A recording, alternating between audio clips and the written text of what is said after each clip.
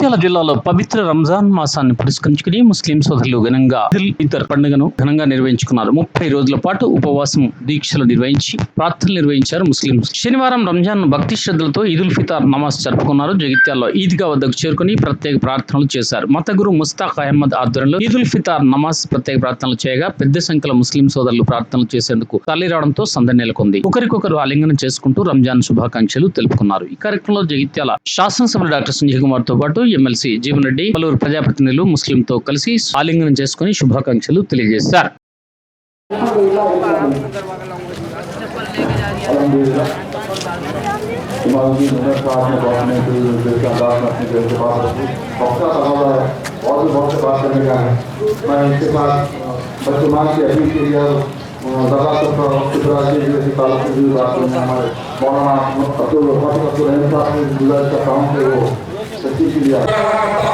आप सभी हजरात का और तनाजुर से इस साल हमने उम्मत फलाह करने के लिए बड़े बड़े कामों का बेड़ा उठा चुके हैं। अल्हम्दुलिल्लाह आपके ये बताए फख्र महसूस करता हूँ कि इंदिरा नगर में जो 20 साल से जमीन खाली पड़ी हुई थी उसको साफ करा के 1,60,000 किराए से 3 साल के एग्रीमेंट से दिया गया है। उसी तरह मुझसे भरी के पास साफ सफाई करा के बाहर उठे जमीन निकली, वहाँ पर भी इंशाअल्लाह आने वाले दिनों में हम वहाँ पर एक वेटरनरी का स्टडी सेंटर लगाएंगे और नौजवानों के लिए एक जिम का माहौल में लाएंगे और मिलत इस्लामिया मरकजी कमेटी के तश्कील पर फौजदार एडवोकेट गुलाम अली साहब नाम एक आफिस सफर की गाड़ी वक्त कर दिया गया है। अल्हम्दुलिल्लाह सभी सर्विस से इस्तेमाल में आ चुकी है। गाड़ी के मेंटेनेंस के लिए सिर्फ 500 रुपये हदिया रखा गया है। अल्हम्दुलिल्लाह जितना में बैतुल माल का नस्ल तो है, मगर इसको मुस्तहकम करने के लिए हर मस्जिद में चंदे का डब्बा रखा जाएगा और मुसलमान कारोबारियों से गुजारिश है कि वो हर महीने 100 रुपये की हमारे बैतुल माल से आपके पास आएंगे 100 रुपये की चिट्ठी मांगेंगे, उसके लिए आपका काम होना चाहिए। उसी तरह से हमारे इलाके द्वारा इस उनका भी मैं मशहूर हूँ कि बैतुल माल में बढ़ चढ़ कर उन्होंने काम किया है। एक स्क्रैप की गाड़ी भी आजकल में हम लेने वाले हैं, इंशाअल्लाह वो भी आपके लाभों से होगा। चलिए पंचायत कमेटी में अब तक हमारे 10 महीने हो गए पंचायत कमेटी चले, लेकिन अब तक एक भी तलाक नहीं हुई। आपके जो भी मसले रहेंगे पंचायत कमेटी में आप हिसाब के लिए आज के इस पुण्यसरत मौके पर तमाम आलम इस्लाम को और ख़ासकर जगित्याल के मुसलमानों को ईद की मुबारकबाद पेश करता हूँ। और इस वक्त जो मुल्क के हालात हो रहे हैं उसमें हमारे पास आकर जो गंगा जमुना तहजीब का सबूत दे रहे हैं हमारे एमएलसी जीवन रेड्डी साहब का बहुत बहुत शुक्रिया अदा करता हूँ। जो हालात इस वक्त है बहुत ही ख़राब है, फिर भी इसके बावजूद हमारे पास जगित्याल में जिस गंगा जमुना तहजीब का सबूत है, एक दूसरे को हर ईद में आकर जो मुबारकबाद देते हैं और एक दूसरे से गले मिलते हैं, मैं इसके लिए बहुत ही मुबारकबाद देता हूँ और तमाम आलम इस्लाम से ईद की मुबारकबाद ईद की मुबारकबादी पेश करता हूँ। जगित्याल के अंदर एक ऐसा माहौल चला गुज़िश्ता में, जो कांग्रेस के हुकूमत के अंदर जब सरकार थी तो गुजनागा मुस्लिम साहब चेयरमैन थे।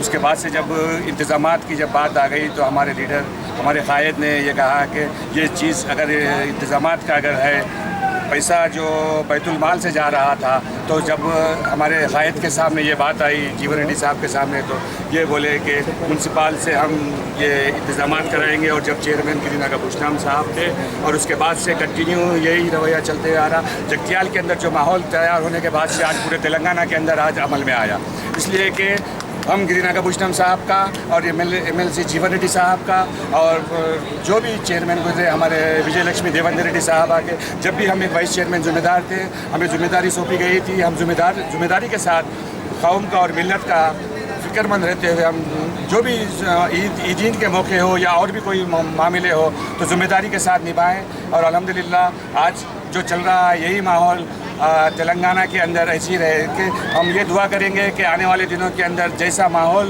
अब है और गुज़िश्ता के अंदर जो माहौल पीसफुल माहौल हिंदुस्तान की हिफाजत के वास्ते हम दुआ करेंगे। जो आज माहौल ख़राब हो रहा है, हम तमाम हिंदू मुस्लिम सिख ईसाई तमाम लोग मिलकर हिंदुस्तान को और तेलंगाना को एकता की राह पर चलाएँगे। आने वाले दिनों के अंदर पूरे हिंदुस्तान को एकता रखने की कोशिश करेंगे। जो జగిత్యాల ఈద్గా లోపట ప్రతి ముస్లిం మిత్రులు నమాజ్ చేసి ప్రతి ఒక్కరికి శుభాకాంక్షలు తెలిపినందుకు మా జీవన్ రెడ్డి గారి తరఫున మరియు మా మున్సిపల్ కౌన్సిల్ తరఫున మరియు కాంగ్రెస్ పక్షాన ముస్లిం సోదరులకు అందరికీ శుభాకాంక్షలు చెప్తున్నాను। నమస్కారం। जगीचाल मुसलमान भाइयों और बहनों को रमज़ान ईद उल फितर का मुबारक पेश करते हुए इस साल भी सब लोग अपन हिंदू मुस्लिम भाई सबका मिलजुल कर जैसे ईद अच्छा बना लेने का मौका मिलना बल्कि दुआ से हिदायत देते हुए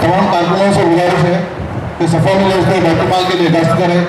पाँचों पर जो से दस्त हो जाती है, इसके बाद दुआ है, इसके बाद जो है खुतबा सुनना वाजिब है। खुतबा सुनने पर जो है बताइए साहब।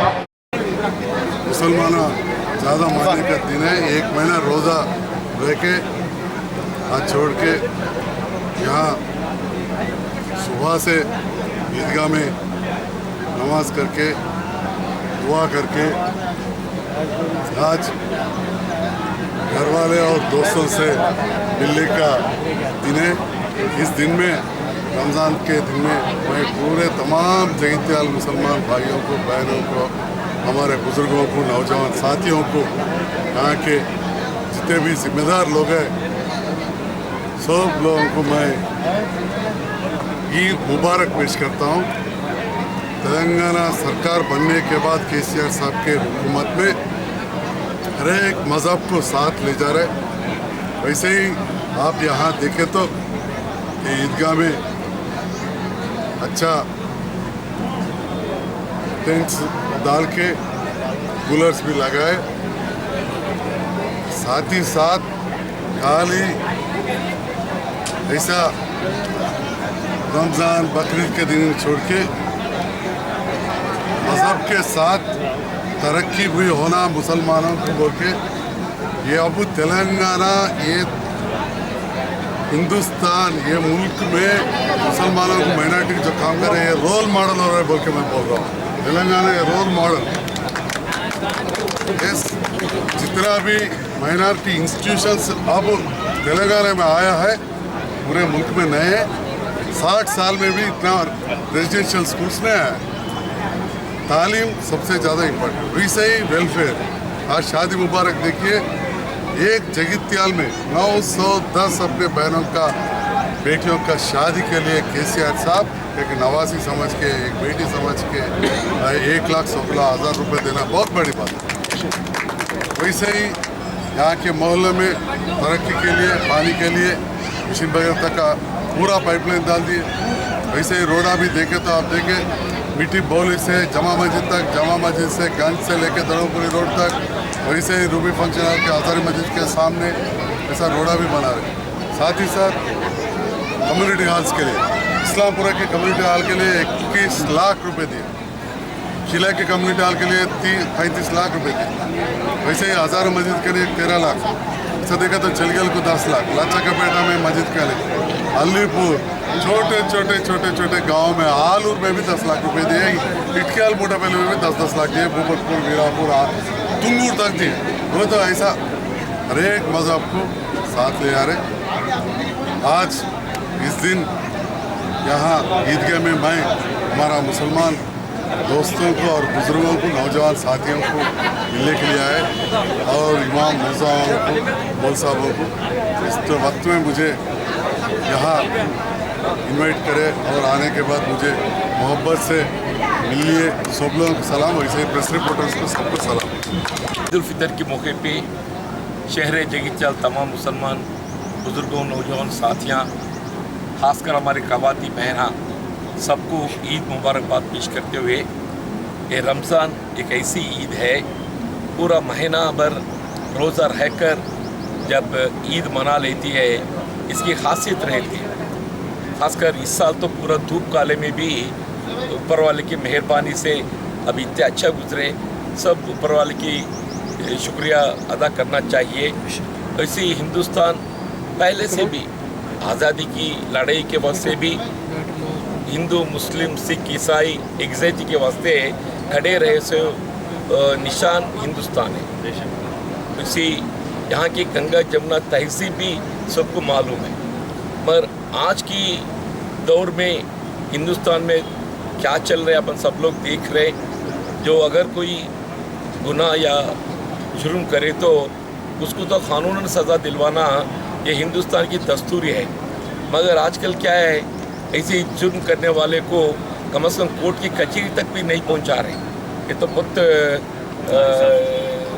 संगे और नाइंसाफ़ की चीज़ बोल के बोलना ज़रूरी बोल के मैं समझता हूँ। कोई भी गुनाहगार होगा, कोई जुर्म करे होगा, मगर ऐसे गुनहगार या जुर्म करे वालों को कोर्ट की तरफ से उसको सज़ा दिलवाना ये अपने हिंदुस्तान की दस्तूर बोलते हैं। मगर हिंदुस्तान दस्तूर की बाजू रखकर अपने खुद दस्तूर अमल कर रहे सियासत लोगों के वास्ते थोड़ा एहतियात रहना चाहिए बल्कि मैं बोलना चाहता हूँ। ऐसी रियासत में भी जब तेलंगाना रियासत अलग हुई, यहाँ पे तेलंगाना रियासत में जो है यहाँ पे जो हिंदू मुसलमान खासकर ईसाई सब लोग को एक ही मतलब पढ़ाई में सब ये सब में सहूलत और भी बढ़ा सकते बोल के सोचे थे। जब मुत्तहिदा आंध्र प्रदेश में 4% रिजर्वेशन अमल में लाया गया है पढ़ाई में भी और नौकरियों में भी, उसको जो है 12% अगर अमल में लाए तो अक़लियतों को खासकर जो मुस्लिम में जो पिछड़ाई है उन लोगों को मदद हो सकती है बल्कि सोचिए। मगर आज जो है वो 12% रिजर्वेशन जैसे कि वैसे रह गए। वो आज ये मरकज़ी हुकूमत के हाथ की चीज़ है, हम रियासत की तरफ से कुछ नहीं कर सकते बल्कि सही भी है, ये मरकज़ी हुकूमत के हाथ की चीज़ है। जब अपने हाथ से कुछ नहीं कर सकते तो आप उसकी जिक्र नहीं करना चाहिए थे। जो मरकज़ हुकूमत कर सकते वो मरकज़ी बात करना, जो रियासत हुकूमत कर सकते रियासत हुकूमत की तरफ से बात करना। अगर 12% रिजर्वेशन मरकज़ी हुकूमत हाथ की चीज़ है तो 12% बजट तो आप खर्च कर सकते।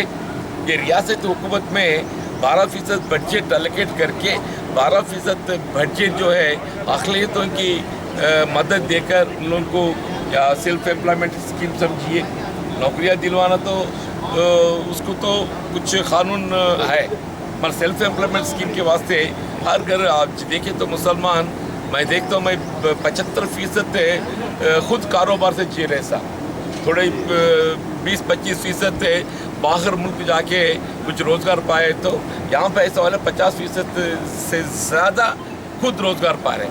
ऐसी 50% से ज़्यादा जो खुद रोज़गार पा रहे उन लोगों को हाथ बढ़ाना, उन लोगों को मदद देना रियासत हुकूमत की जिम्मेदार बनते बोल के मैं बोलना चाहता हूँ। आने वाले दिनों में जो भी हुकूमत यहाँ पे आएंगे मैं तो खास कर बोलना चाहता हूँ, चाहे जैसा हिंदू भाइयों की मदद करने का कोशिश कर रियासत हुकूमत ऐसी समझिए। अब मुसलमान भाई है, अब खेत बाड़ी नहीं है, हमको जो है थोड़ा खेत बाड़ी है, हम खेत बाड़ी से जो है हम आगे बढ़ने की कोशिश कर रहे हैं। आप समझो कालेश्वर प्रोजेक्ट समझो, रैतु बंधु समझो, रैतु बीमा समझो, जो भी समझो, हमारे को थोड़ा तो खुद हमको मदद मिल रही है हुकूमत की तरफ से। पर आज के ज़माने में मुसलमानों को मैं समझता हूँ, आप अगर गलत नहीं माने तो 1% भी जिम्मेदार नहीं है सर। आज बोलता हूँ मैं 1% भी जिम्मेदार नहीं है। हम है 50% से ज़्यादा हम जिम्मेदार हैं। जिम्मेदार का मतलब खेत बाड़ी करने वाले, आप लोग में कोई भी खेत बाड़ी करने वाले नहीं है। हुकूमत के तरफ से जो खेत बाड़ी के बारे में रैतु बंधु, रैतु बीमा, कालेश्वर प्रोजेक्ट या फसल की दाम दिलवाना, ये सब हो रहे, हमको थोड़ा तो मदद हो रही, आपको तो कुछ नहीं मिल रहे। मैं विश्वास से क्या बोलना चाहता हूँ बोले तो मुसलमान अक़लियतों के बारे में जो बजट एलोकेट करके उन लोगों को सेल्फ एम्प्लॉयमेंट स्कीम खुद रोजगार पार 1 लाख रुपए 2 लाख रुपए दिलाए तो एक ऑटो खरीद लेते। अगर 1 लाख 2 लाख रुपए दिलवाए तो एक पंचर पाने की उसको वो कारोबार कर लेते, एक पान ठेला रख लेते, ऐसे कुछ तो कुछ कारोबार कर ले सकते। मगर दुख की बात यह है कि ये तो सिर्फ बातों में चल रहे, सिर्फ बातों में चल रहे। आज के रमज़ान के मौके पे मैं तो हुकूमत से दरख्वास्त करता हूँ, ये हुकूमत रियासत हुकूमत पूरी हिंदुस्तान को रास्ता दिखाने वाले हैं बोल के अपन जो समझ रहे हैं। अगर सही भी अपन हिंदुस्तान की रास्ता दिखाने वाले हैं तो पहले यहाँ पे जो रहने वाले हैं, चाहे दलित हो, पिछड़े वाली हो, चाहे अक़लियत मुसलमान भाई हो, चाहे ईसाई हो, सबको रोज़गार दिलवाना हुकूमत की जिम्मेदार बनती। ऐसी चीज़ों में जब आगे बढ़े थे, रमज़ान ईद खुशी मना रहे बोल के अपन समझ सकते। मैं तो ख़ासकर ऊपर वाले की मेहरबानी से आज जगीचा लीते अमन से आए बोल के मैं ऊपर वाले की दुआ करता हूँ, उसको तो शुक्रिया अदा करता हूँ। मैं तो तकरीबन 40 साल से यहाँ पे सियासत ज़िंदगी में, ये 40 साल सियासती ज़िंदगी में मैं यहाँ पे रहने वाले जो हिंदू मुसलमान भाई रहे तो हिंदू को एक आंख से देखे तो मुसलमानों को दूसरा आंखों से, 2 बराबर आंखों से देखने की कोशिश कर रहा हूँ। आइंदा अल्लाह जब तक मुझे ज़िंदा रखते तब तक जो है यहाँ पे रहने वाले आबादी चाहे हिंदू हो मुसलमान हो, सबको बराबर ये नज़र से देखना मैं अपनी फ़र्ज समझता हूँ। बहुत बड़ी बात है। मैं अपना फ़र्ज समझता हूँ। चाहे सियासत में कुछ ओहदा मिलना नहीं मिलना वो अलग चीज़ है, ओहदा मिलना नहीं मिलना वो अलग चीज़ है। चाहे वो ओहदा मिले ना मिले, मगर अवाम के साथ रहकर अवाम में अमन कायम करने के वास्ते अपनी जिम्मेदारी निभाना अहम बोल के मैं बोलना चाहता हूँ। मैं ज़्यादा वक्त नहीं लेते हुए आज की ईद उल फितर मौके पे यहाँ पे तमाम मुसलमान बुज़ुर्गों